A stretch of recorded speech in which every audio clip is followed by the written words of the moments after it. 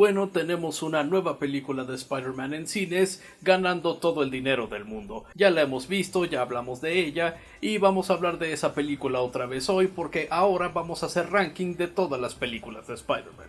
Así es, así como lo hemos hecho con otras franquicias como Star Wars, Scream, Scary Movie. Al parecer puras franquicias que empiezan con la letra S. Vamos a hablar de todas las películas de Spider-Man, empezando con la peor película de la franquicia en mi opinión, y lentamente construir nuestro camino hacia lo más alto, hacia la mejor película de Spider-Man. Y sí, esto también incluye las películas hechas por Sony, centrada meramente en los villanos de Spider-Man. Sí, ok, Spider-Man no aparece en esas películas, pero fue suficiente para Sony el hacer esas películas simplemente para explotar la licencia de Spider-Man, así que son lo suficientemente buenas para estar en esta lista, supongo.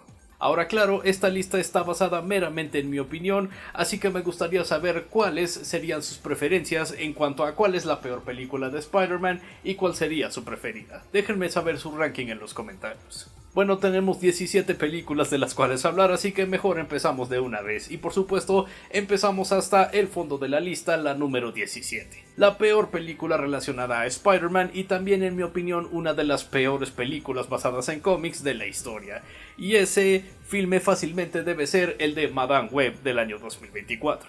Este es un filme que realmente es bastante malo, de una manera que te insulta lo malo que es la película. Es bastante ofensiva meramente en eso. Tenemos actrices que sabemos que pueden actuar, pero por alguna razón simple y sencillamente no lo están haciendo en esta película.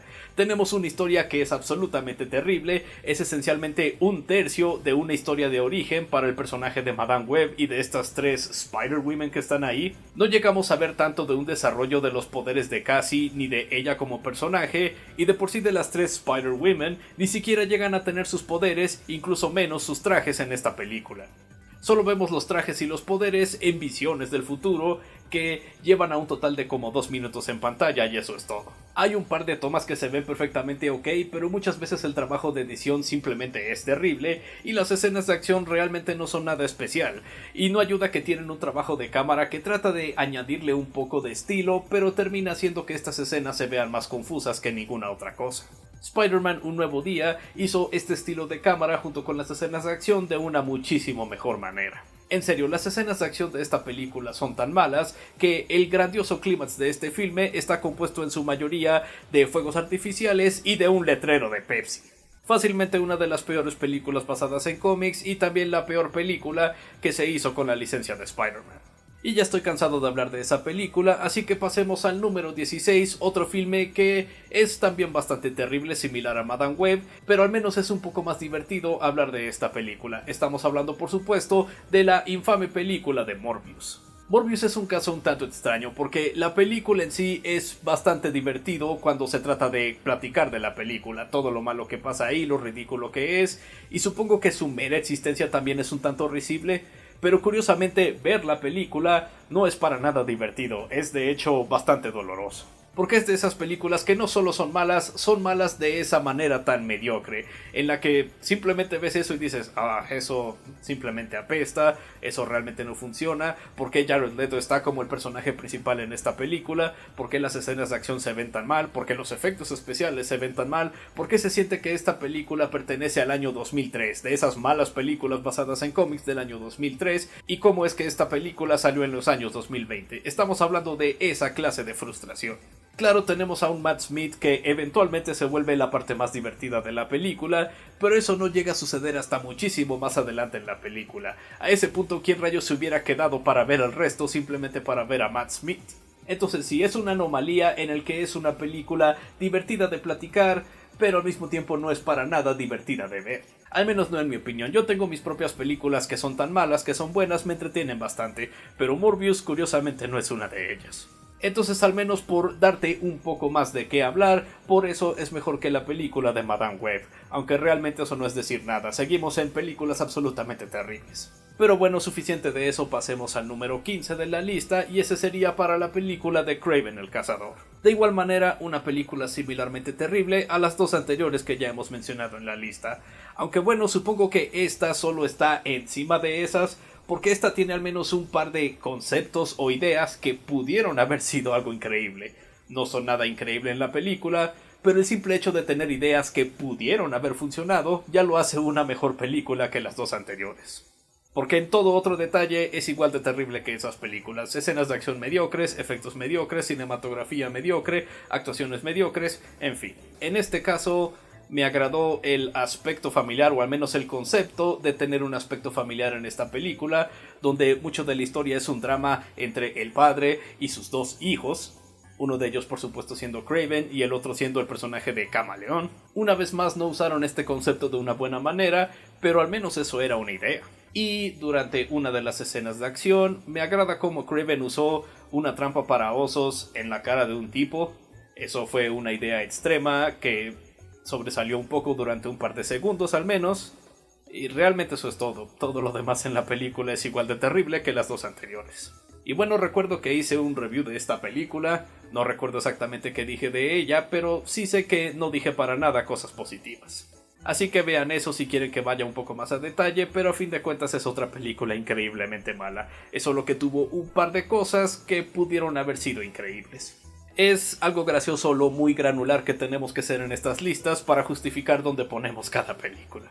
Pero bueno, pasemos ya de una vez al número 14 y esa sería para Venom, El último baile. La tercera y supuestamente última película de Venom de esta serie de películas. Y estoy seguro que ya están viendo lo que estoy tratando de hacer al poner las películas de los villanos de Sony de Spider-Man. Realmente nunca fui fanático de estas películas de Venom, siento que fueron un total desperdicio, pero incluso para alguien que no fue fanático de estas películas, la tercera película vaya que se sintió como un insulto, porque se supone que este es el final de este dúo de personajes, Eddie Brock y el simbionte de Venom. Y ni siquiera para los fans de estas películas, que era la única serie de películas de este universo, que de hecho le estaban dando dinero a Sony, ni siquiera para ellos pudieron haberles dado una película especial. No, porque Venom 3 o Venom El último baile es un filme increíblemente apagado. Estamos hablando de una historia que no es para nada especial, le dan un tratamiento a los personajes que no es nada especial, es un filme que pudo haber sido una entrega en medio de varias otras entregas, es solo que durante los últimos 10 minutos de la nada las cosas se vuelven muchísimo más climáticas de lo necesario y uno de nuestros personajes principales tiene que sacrificarse y de la nada, oh sí, es un final increíblemente emocional.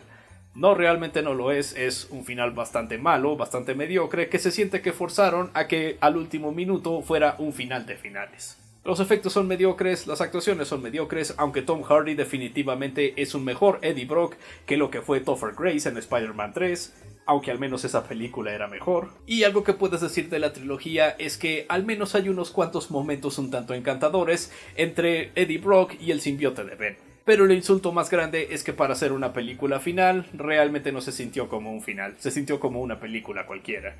Y eso no era bueno para los fans, y también fue bastante ofensivo para aquellos que ni siquiera éramos fans de estas películas. Y bueno, pasamos a el número 13, la cual sería la primera película de Venom. Esta vaya que hizo muchísimo dinero, casi $1 billón, y eso era porque todos estaban curiosos. ¿Cómo rayos puedes hacer una película de Venom que no tenga que ver con Spider-Man? Tomando en cuenta que el origen de Venom siempre está atado directamente a Spider-Man.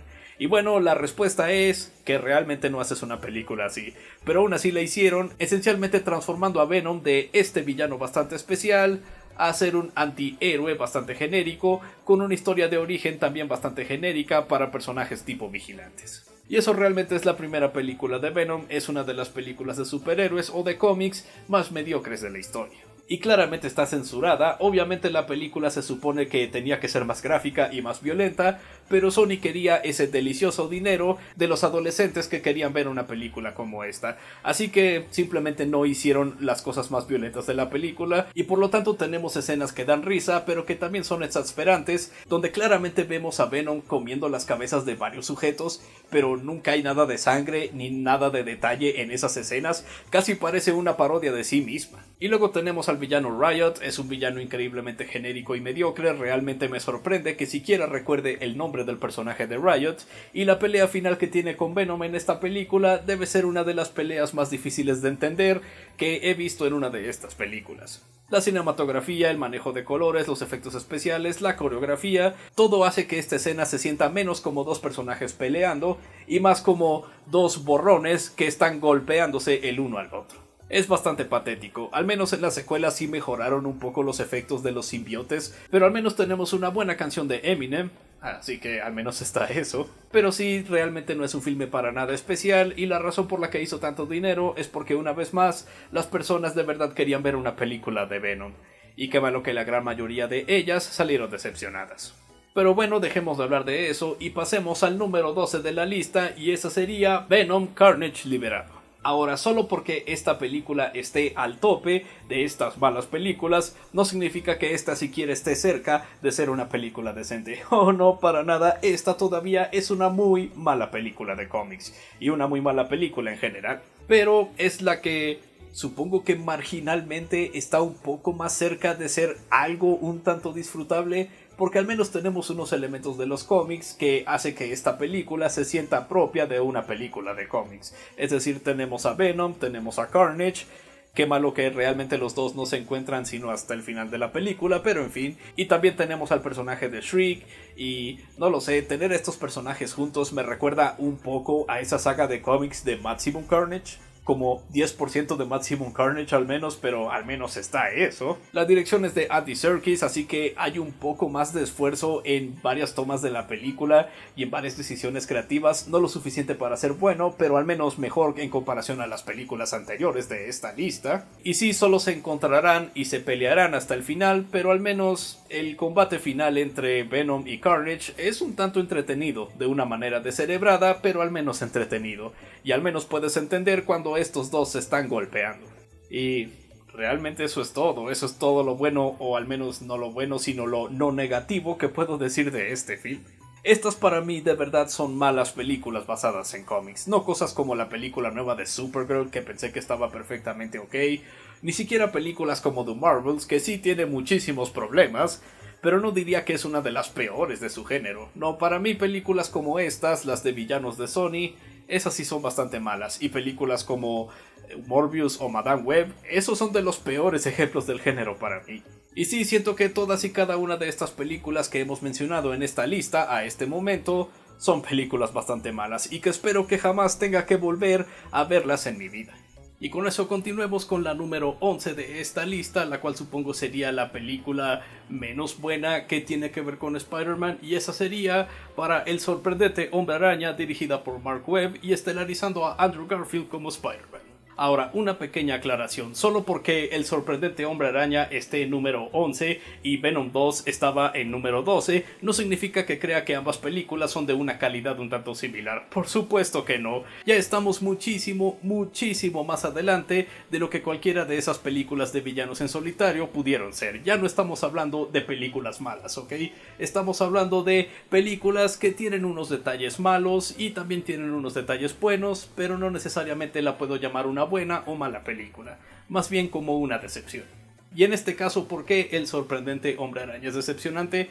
Bueno, básicamente cada que veo la película casi no siento nada, no siento necesariamente odio o muchísima apreciación, al menos no en el producto en general, simple y sencillamente estoy ahí viéndola y, ¿ok?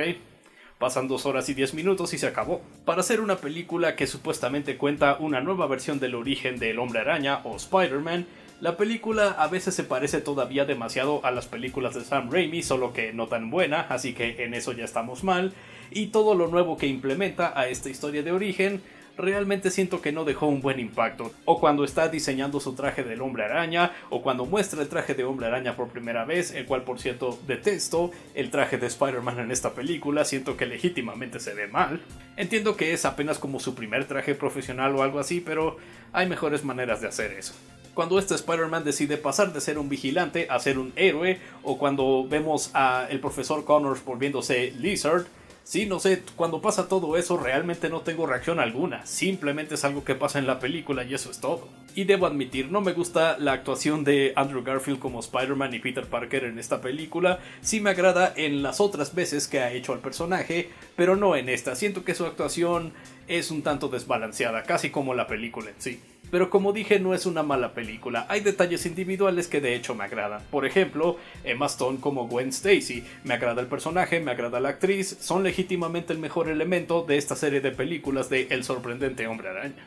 No me gustará cómo se ve el traje de Spider-Man, pero al menos los efectos especiales en general están bastante bien, aunque tampoco me gusta el diseño de Lizard. Las escenas de acción son bastante buenas, logran encontrar su propio lenguaje de cómo hacer una pelea con Spider-Man, que no se sienta como que simplemente agarró lo de Sam Raimi y eso es todo. No, crearon su propio lenguaje de acción en cuanto a Spider-Man y agradezco eso. El filme tiene unos muy buenos visuales, una dirección un tanto interesante por Mark Webb y la música está ok. No es grandiosa, lo cual es extraño porque está compuesta por James Horner, que en paz descanse, y él es usualmente uno de mis compositores preferidos, pero al menos es una música que queda con esta versión del personaje. Entonces sí, son elementos individuales que me agradan, pero en general la película en conjunto sí realmente no me deja mucha impresión, y por eso está a este nivel un tanto bajo en la lista. Pero bueno, suficiente de eso. Pasemos a la número 10 de esta lista, la cual es El sorprendente Hombre Araña 2, dirigida por Mark Webb y estelarizando a Andrew Garfield como Spider-Man. Ahora, por supuesto, todos sabemos que, objetivamente hablando, El sorprendente Hombre Araña 2 es peor que El sorprendente Hombre Araña 1. Así que, ¿por qué está una posición arriba sobre esa película en esta lista? Bueno, porque en esta lista se trata más de la experiencia que tengo cuando estoy viendo estas películas. Cuando veo El sorprendente 1, realmente no tengo casi ninguna impresión. Mientras que se puede decir que tengo todas las impresiones del mundo al ver una película como El sorprendente 2.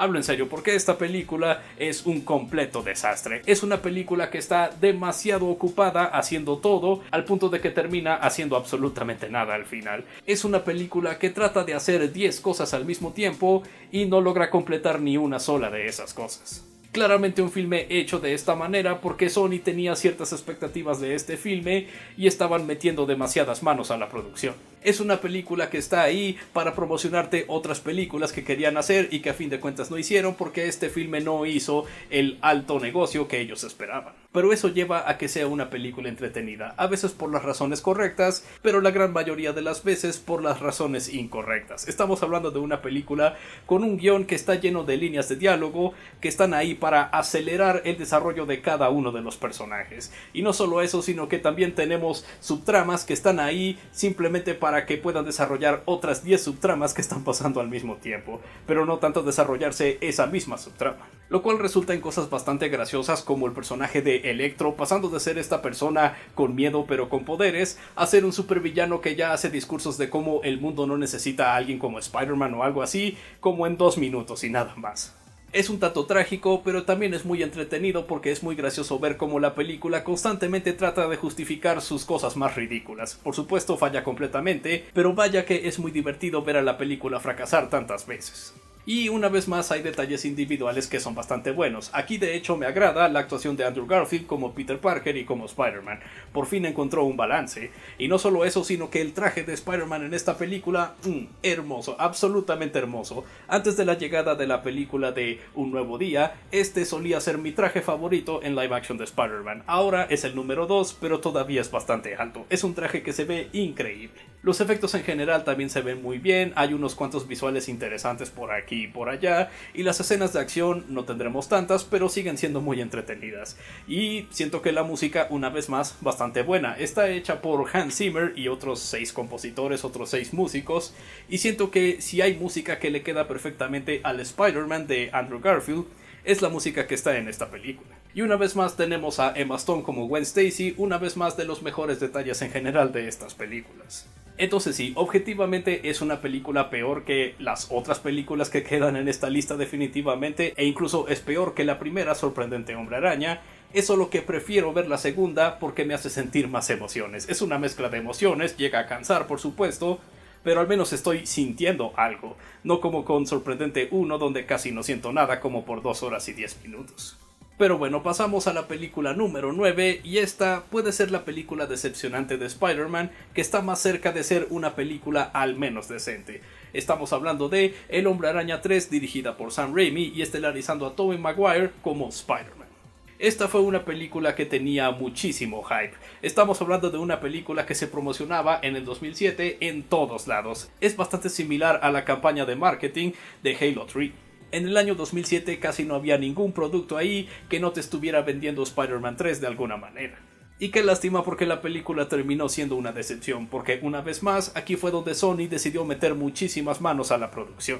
Por lo tanto resultamos en la primera ocasión que en esta franquicia donde tuvimos una película de Spider-Man que tenía demasiadas cosas que contar, al punto de que no logró contarlo todo de una buena manera. Si el sorprendente Hombre Araña 2 trataba de hacer 10 cosas al mismo tiempo y logrando ninguna de ellas, El Hombre Araña 3 es una película que trata de hacer 6 cosas diferentes al mismo tiempo y al menos logra completar 2 de ellas, al menos 2. Eso todavía significa que la mayoría de las otras cosas no fueron completadas, pero al menos hay cosas que sí se vieron al 100%. En este caso tenemos una historia que constantemente está usando la media hora que tiene ahora para no centrarse en muchas de las subtramas que se supone deben estar pasando, y en su lugar dejarlas para la siguiente media hora, solo para que en esa siguiente media hora usaran ese tiempo para mover más subtramas a media hora después, y cosas así. Es una manera muy extraña y no tan buena de contar una historia como esta. Y para cuando retoman esa subtrama ya es demasiado tarde para darle algún impacto. Pero bueno, si queremos darle muchísimo más crédito a la película, podría decir que está perfectamente ok. No es una película increíblemente buena, tampoco es una película mala, puede llegar a ser una película ok por las cosas que hace bien. Pero aún así esta película claramente debió haber sido muchísimo más que ok, tomando en cuenta las 2 películas anteriores que habían sido increíbles. Al menos todavía estas subtramas llegan a tener unos muy buenos momentos, se ganan esos buenos momentos por cómo las desarrollaron, tenemos unas muy buenas actuaciones, por excepción de Topher Grace como Eddie Brock.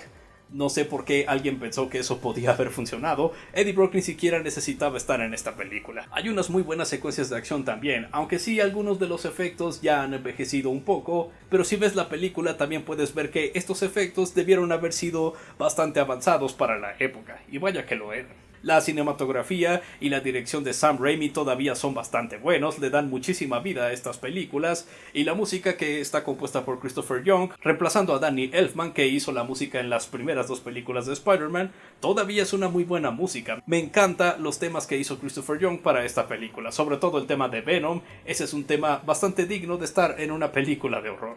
Entonces sí, es una película decepcionante, pero al menos tiene sus detalles buenos. A veces incluso podrías decir que tiene suficientes detalles buenos como para que sea una película decente, al menos si le llegas a perdonar muchos fallos.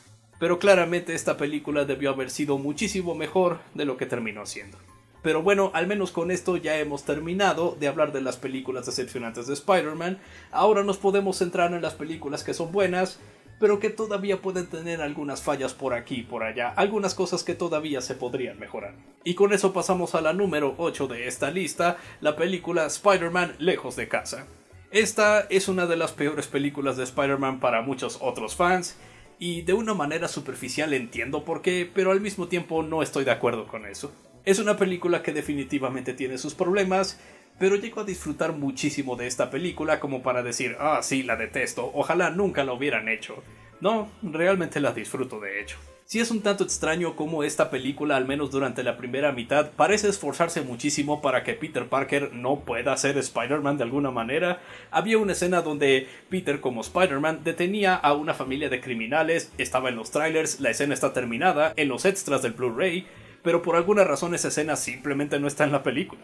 Y la primera vez que podría ser Spider-Man no tiene el traje, así que es simplemente Peter Parker con una máscara que le cubre los ojos o algo así. Y luego, cuando es hora de detener al Elemental de Fuego junto con Mysterio, bueno, ahí no puede ser Spider-Man, porque sería extraño que Spider-Man estuviera en Europa, así que le dan este nuevo traje que se le conoce como el mono nocturno o algo así. Sí, muy extraño cómo suceden muchas situaciones donde Spider-Man debería estar ahí, pero la historia encuentra una razón para que Peter simplemente no pueda usar el traje de Spider-Man. Es casi como si Sony estuviera saboteando estas películas. Pero la razón por la que eso no me molesta tanto es porque las situaciones que le pasan a Peter Parker todavía son bastante propias para una historia de Spider-Man. Es el universo odiando constantemente a Peter Parker y arruinándole la vida de 1000 maneras. Y él tiene que lidiar con todo eso. Mucho de la historia temáticamente, de hecho, se trata de hacer que Peter se sienta como alguien que no es apto para ser este superhéroe o para llevar el legado de otros superhéroes. Por lo tanto tiene sentido el por qué incluso la historia insistiría en que no puede ser Spider-Man,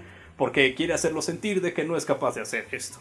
Así que entiendo por qué a muchos no les gusta este aspecto, pero a mí de hecho me agrada porque veo lo que significa para la historia. Sí, algunos de los compañeros de escuela de Peter no son personajes tan interesantes que digamos, algunos son simplemente una cosa, una característica, y eso es todo lo que tienen esos personajes.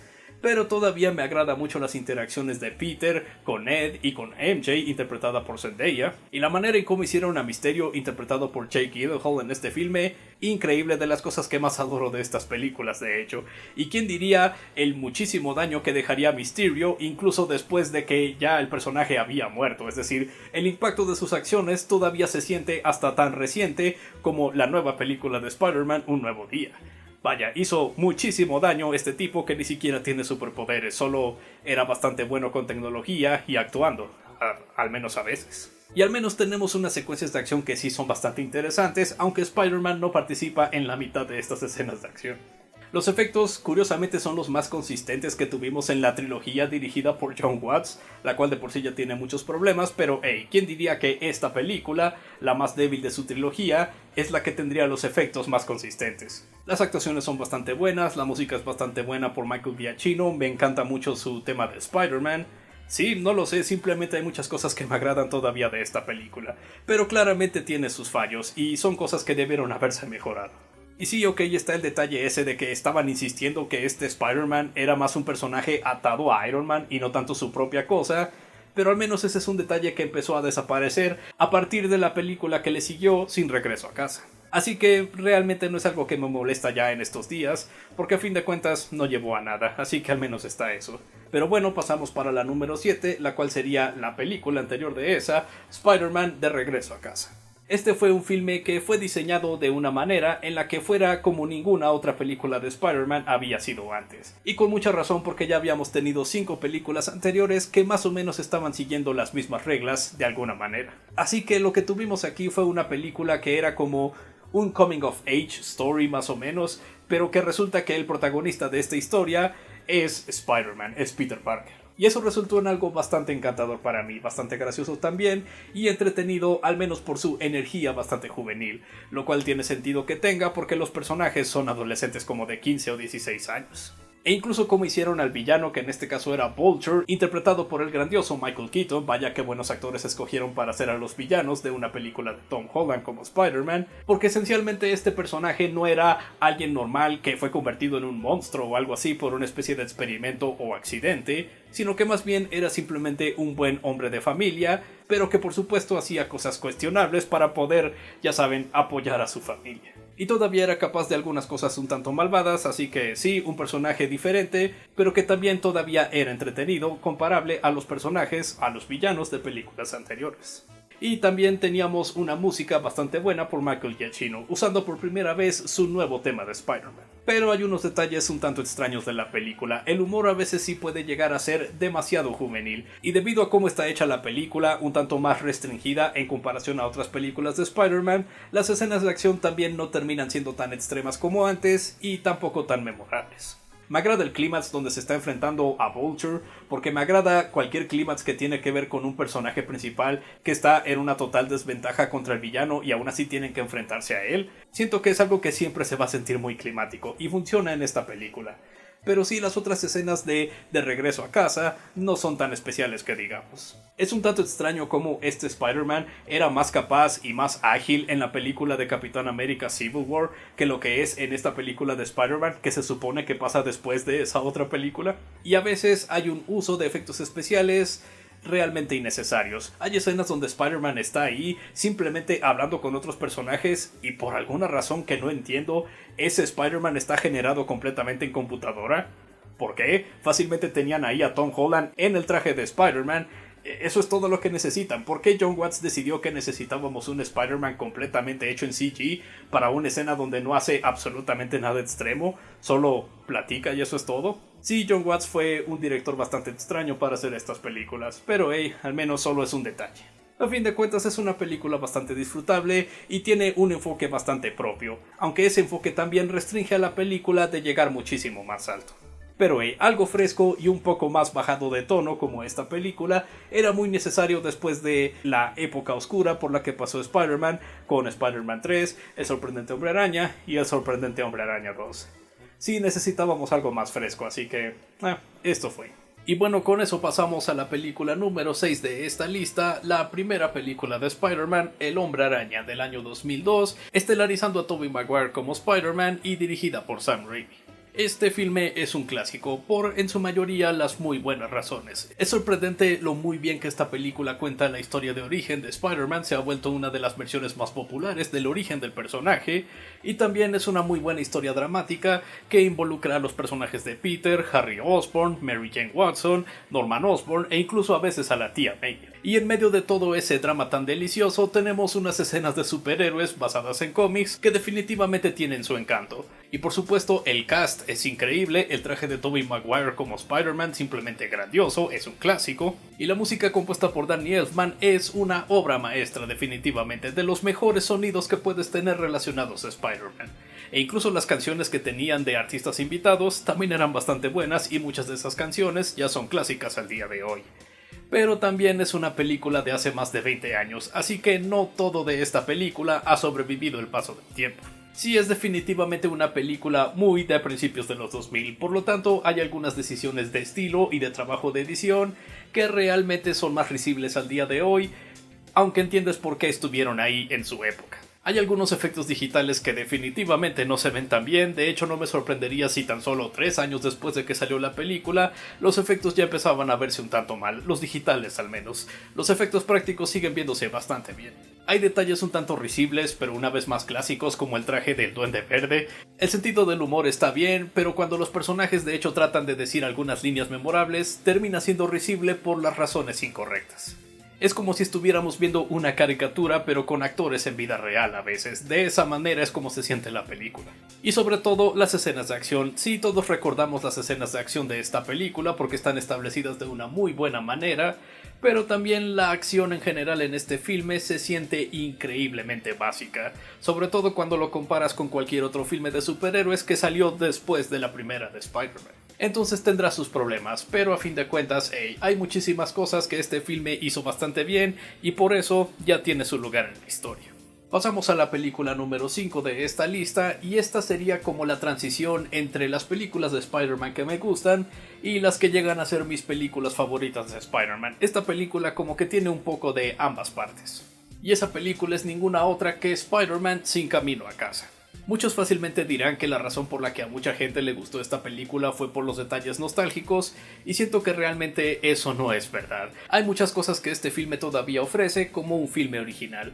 Sí, a veces cuando los villanos de las otras películas dicen algunas líneas de diálogo, son por pura coincidencia líneas que dicen en sus propias películas originales, ahí sí se siente que realmente solo están haciendo cosas meramente por nostalgia. Pero a fin de cuentas esta película no se trata de simplemente 100% nostalgia y no hay nada más allá de eso. No, todavía es la historia de este Peter Parker interpretado por Tom Holland. Y todavía como este Peter Parker va a pasar por otras cosas que ningún otro Spider-Man ha pasado antes, al menos no en las películas.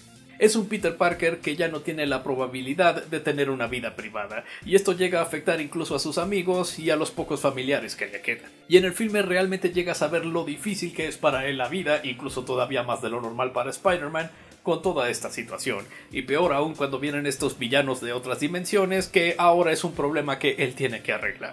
Y la película ya me agrada por eso, sí se siente que estamos avanzando con estos personajes que hemos visto en películas anteriores del universo cinematográfico de Marvel, pero la razón por la que de hecho también amo ciertas partes de esta película es porque eventualmente se trata de algo que constantemente está bastante presente en mis películas favoritas de Spider-Man. El hecho de que la historia de la película, o al menos parte de la historia, se trata de qué significa ser Spider-Man. Y esto por supuesto es el caso de Sin Camino a Casa cuando llegan los otros dos Spider-Man de las películas anteriores. Tobey Maguire y Andrew Garfield de hecho regresan como sus versiones del Hombre Araña en este filme. Y sí hay momentos nostálgicos con estos personajes, pero una vez más están ahí para ayudar al Peter Parker que es el protagonista, el verdadero protagonista de esta película. Y ahí llegamos a ver las muchas similitudes que tienen estos Spider-Man, pero también las cosas que los hacen diferentes. Y aún así todos son dignos de llamarse Spider-Man. Y eso sin mencionar que también tenemos la increíble adición de Benedict Cumberbatch como el Doctor Strange. Dos creaciones de Steve Ditko en la misma película, claro que sí. Eso sí, los efectos especiales definitivamente podrían ser mejores. Esta fue definitivamente una película hecha durante la pandemia, durante el COVID. Por lo tanto, sí hay algunos efectos y algunos visuales que se ven bastante crudos. No ayuda que de por sí Marvel en estas épocas ya estaba empezando a no ser tan bueno con los efectos especiales en sus productos por ninguna razón realmente.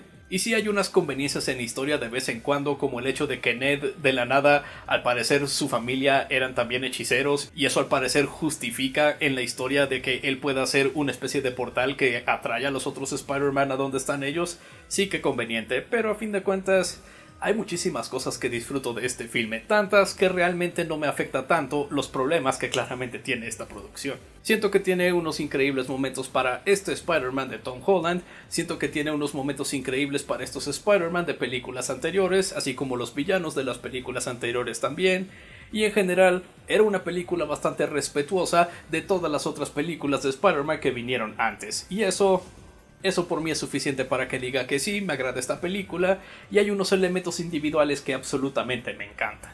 Y bueno, eso es suficiente de esa película. Ahora pasemos a la número 4 de la lista, la cual afortunadamente es la más nueva película del arácnido, Spider-Man: Un Nuevo Día. Ya hice 2 videos hablando de esta película, así que no diré nada más aquí, más que el hecho de que sí, vaya que esta película se benefició bastante de tener a un nuevo director, en este caso Destin Daniel Cretton. La película se ve bastante bien, hay muchas escenas de acción que son increíbles, los efectos son increíblemente consistentes, los visuales son bastante consistentes, la música hecha por Michael Giacchino sigue siendo increíble, tenemos lo que podría ser mi traje favorito de Spider-Man en live action, se ve increíblemente hermoso. Y sí, la historia tiene unas cuantas decisiones creativas un tanto extrañas, como tener a cierto personaje de otra franquicia de Marvel siendo uno de los villanos de la película, y muchísimas otras cosas, pero en fin, sí, es un filme que de verdad disfruté bastante, no puedo esperar a verlo otra vez y a seguir viéndolo una y otra vez, así como he visto varias veces todas las películas de esta lista. Y bueno, con eso pasamos rápidamente al número 3, porque en el número 3 tenemos la muy increíble Spider-Man 2 o El Hombre Araña 2, dirigida por Sam Raimi y estelarizando a Tobey Maguire como Spider-Man. Este filme, vaya que hizo muchísimas cosas bien. Virtualmente no tengo una gran queja acerca de esta película, aparte de cosas pequeñas como sí, el personaje de Mary Jane se siente un tanto repetitivo en este filme y no ayuda que parecía que iban a hacer algo más interesante con el personaje y simplemente termina siendo alguien que debe ser rescatada otra vez, al igual que en la película anterior. Era el destino en la época, sí, pero realmente eso no era tan bueno incluso entonces. Y a veces es extraño cómo usan música de la primera película cuando claramente habían compuesto música completamente nueva para esta segunda. Pero aparte de ese par de quejas un tanto menores, realmente todo lo demás de El Hombre Araña 2 es increíble. Estamos hablando de otra historia que maneja muy bien el drama, tiene respeto por estas cosas dramáticas y también tienes tus cosas de superhéroes de cómics que se sienten tan increíblemente bien. Maneja de una manera increíble a su protagonista Peter Parker, es una historia increíblemente personal para este personaje, sobre todo en esta película donde eventualmente llega a perder sus poderes porque no sabe lo que quiere hacer y eso lo lleva a que sí renuncie a Spider-Man y viva como Peter Parker y al principio está feliz pero claramente hay algo que todavía le incomoda porque ya saben, se supone que debería seguir siendo Spider-Man, debería seguir ayudando a la gente y es una historia muy interesante. Y de verdad te hace sentir por el personaje principal. Una vez más me encantan estas historias que exploran lo que significa ser Spider-Man. El Doctor Octopus, otro grandioso villano, interpretado de una gran manera también por Alfred Molina. De hecho, el cast en general de esta película es grandioso. Vaya, incluso me agrada James Franco en esta película como Harry Osborn, a pesar de que realmente no soy un gran fanático del actor. Y bien me quejé de el raro uso de la música anteriormente, pero honestamente todavía la música de este filme es increíble. Los efectos son increíblemente consistentes también, una vez más. Impresionante lo poco que ha envejecido esta película con el paso de los años, y las escenas de acción, wow, vaya evolución gigantesca que tuvieron en comparación a las escenas de acción de la primera película. Realmente podría llegar a ser una de las mejores películas basadas en superhéroes. Honestamente, este es un grandioso filme. Tendrá sus fallas, sí, pero por mí estas fallas son tan pequeñas que realmente no importan tanto al final del día. Y básicamente puedo decir eso también de los ejemplos que quedan todavía en la lista, así que sí estamos hablando de unas muy buenas películas. Y fue bastante difícil tratar de decidir cuál sería el número 2 de la lista y cuál sería el número 1, pero bueno, eventualmente sí tuve que llegar a una conclusión y así pondré que para el número 2 tenemos la película animada Spider-Man: Un Nuevo Universo o Spider-Man en el Spider-Verse. Vaya que este filme salió de la nada para ser una de las mejores películas basadas en superhéroes y en su época la mejor película de Spider-Man.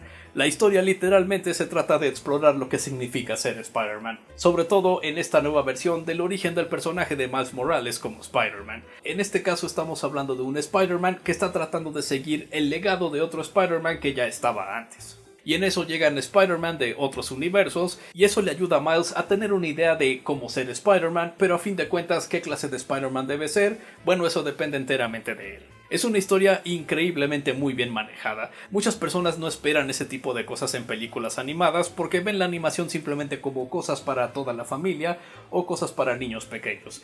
Cuando películas como esta claramente te hacen ver que la animación es simplemente otro medio para contar cualquier tipo de historia. Y hablando de la animación, santo cielo, qué animación más increíble. Realmente puedo decir que ha sido una animación revolucionaria, porque varias otras compañías de la nada querían hacer una película con visuales similares a los de esta película de Spider-Verse. Inició una nueva era de películas en 3D, eso se puede decir, donde todo estaba más estilizado y se trataba más de el manejo artístico de la animación y no tanto de los aspectos técnicos, como qué tanto detalle le podemos poner al brazo de un personaje o algo así. Lo cual lleva a una película que es constantemente visualmente impresionante y muy estimulante también, y lleva a unas muy increíbles escenas de acción que de verdad se siente que son los cómics, pero cobrando vida, sin tener las limitaciones que usualmente tienen las producciones en live action. La música de Daniel Pemberton es increíble, pero también lo más increíble son las canciones que usan de otros artistas conocidos, porque bueno, son canciones bastante buenas y usualmente realmente yo no escucho este tipo de música. ¿De verdad creen que a alguien como a mí me importan las canciones de Post Malone? No, realmente no me agrada Post Malone, pero la canción de Sunflower que usan en esta película es una increíble canción, simplemente funciona bastante bien, sobre todo en esta película. Esta película te hace apreciar música que realmente no es de tu agrado. Sí, realmente no tengo quejas mayores o que importen con esta película. Claro, no es perfecta, no existe una película perfecta, ni siquiera la número 1 de esta lista. Pero a fin de cuentas hay películas que simplemente disfrutas tanto que las fallas, cualquiera que sean, realmente no te importan. Realmente no llegan a afectar tu experiencia cada vez que ves la película. Y ese es el caso para mí en esta y en la siguiente película de la lista. Simplemente grandioso y fácilmente se volverá un clásico en los años que vienen. Pero bueno, ¿qué película de Spider-Man podría ser mejor que esto? Bueno, su secuela, Spider-Man a través del Spider-Verse. Este filme básicamente hizo todo bien, tanto como secuela como una película propia. Es decir, sí, avanzamos todavía más la historia, expandemos todo lo que hizo la primera película y todo lo nuevo que establece lo hace de una manera interesante. Se sienten como detalles que de verdad quedarían en una expansión de la historia de la primera película. Y también cuenta todo esto de una manera un tanto única y ambiciosa, porque los primeros 20 minutos de la película son esencialmente un prólogo que se centra en Gwen y en su vida como Spider-Woman, y sirve para establecer los diferentes estilos de animación que pueden hacer en los diferentes universos de Spider-Man, y también para establecer a personajes como Miguel O'Hara, otra Spider-Woman, y en fin, la situación en general. Y no es hasta después de todo eso que volvemos con la historia de Miles y continuamos con su historia, de hecho. Y eso sucede como durante la siguiente hora de la película, y es después de todo eso que se juntan estas dos grandes partes de la película y se expanden a esta historia muchísimo más grande, multiversal, épica, que sirve como una especie de metacomentario acerca del legado de Spider-Man, tanto en las películas como en los cómics, como en los videojuegos, como en series de televisión, en fin. Y con todos estos elementos la historia realmente nunca llega a perder el enfoque, nunca llega a perder cuál es el objetivo de una historia como esta. Y todo culmina en algo por supuesto increíblemente espectacular y también en un continuará que es tan increíblemente efectivo que es al mismo tiempo emocionante e irritante. La animación, los visuales y la música son incluso mejor de lo que eran en la primera película, y eso que ya eran detalles excelentes en la primera. Y los directores de esta película de verdad se esforzaron muchísimo en mostrar esta historia visualmente de una manera especial en casi cualquier otra escena. Y definitivamente aprovechando las capacidades de personajes como Spider-Man. Porque podemos tener a dos personajes teniendo una conversación en lo que los dos están columpiándose a través de toda Nueva York o Queens, o a veces tendrán conversaciones en lo que los dos están de una manera muy casual trepando un muro simplemente con los pies, o a veces estando completamente de cabeza colgándose de unos edificios, y es algo increíblemente único y que de verdad le añade mucho sabor visual a estas películas. Este es un filme que disfruto al 100% cada vez que lo veo. Cada vez que lo veo se siente que es esta gran experiencia que llega a definir todo mi día. Cómo me gustaría poder volver a experimentar esta película como si fuera la primera vez una vez más.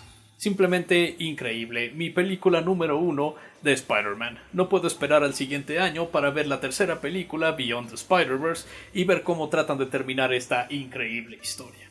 Y bueno, ese fue el ranking de las películas de Spider-Man de peor a la mejor. Fue un video muchísimo más complicado de lo que esperaba, pero como dije, se trata de Spider-Man, el superhéroe lo amerita. Y básicamente todo este éxito que ha tenido últimamente va a asegurar incluso más películas de Spider-Man en el futuro. Es decir, Sony claramente no quiere dejar de ser dueños de la licencia, por supuesto, así que lo único que tienen que hacer es seguir haciendo más y más productos de Spider-Man. Básicamente tenemos material infinito. Una vez más me gustaría saber cuál es su ranking personal de todas las películas de Spider-Man. Pueden o no incluir las películas de los villanos en solitario si así lo quieren. Pero mientras tanto, no lo olviden, yo soy Gerald, su crítico de películas, libros, juegos y otra basura que no les importa.